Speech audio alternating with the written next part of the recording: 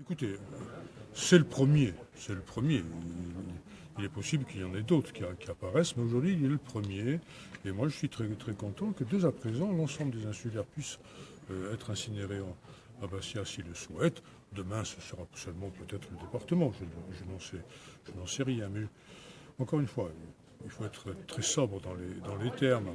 Le sujet ne prête pas au flanc et aux coupures de ruban, mais c'est pour moi une grande satisfaction que d'apporter cet élément de confort pour les familles quand elles sont. Il faut trouver d'abord l'endroit, il faut le construire, il faut définir les conditions d'exploitation, il faut trouver des gens qui veulent exploiter, il faut arriver à faire des montages financiers, et après il faut construire. Le cimetière, 10 ans. Alors, pour l'instant, nous avons acheté 12 hectares, c'est-à-dire la moitié de la superficie totale future. On a réservé 23 hectares, on a acheté 12. 12 hectares, 2,5 millions d'euros à peu près, et sur lesquels nous avons eu, c'est vrai, presque 2 tiers de subventions par la région et le Conseil général.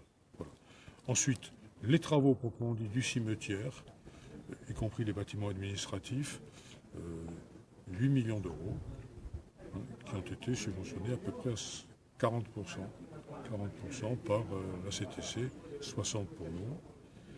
Et le crématorium a coûté 2,5 millions d'euros, subventionné à 50% par la CTC.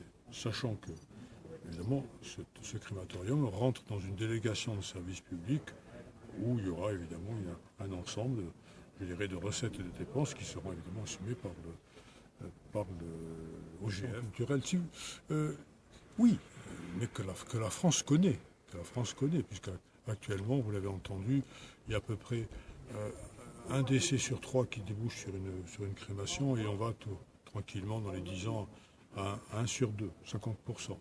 Nous en Corse, nous sommes à 14% actuellement, tout simplement parce que l'obstacle de la mer est très difficile à surmonter. Donc on sait bien qu'on va rejoindre finalement le continent. Il y avait jadis beaucoup de prévention sur l'incinération. Et bon, on se demandait si c'était conforme aux principes religieux. Et je me souviens qu'il y a quelques années, il y a 20 ou 30 ans, les Italiens confrontés à le surpeuplement de leur cimetière avaient fait une grande campagne de panneaux 4x3 en faveur de la crémation. Et alors je me souviens, il y avait non brucia l'anima, ça veut dire la crémation ne brûle pas l'âme, ce qui était une façon de dépasser ce qui aurait pu être des préventions religieuses. Voilà. C'est simple, mais disons que ce choix, il est de l'entière liberté des gens. On constate qu'il y a un nombre croissant de personnes qui souhaitent être incinérées. Il y a des associations crématistes tout à fait estimables qui veillent à ce qu'on apporte la réponse. Et je dis, la liberté, les services publics doivent, chaque fois que possible, permettre à chacun d'exercer sa liberté.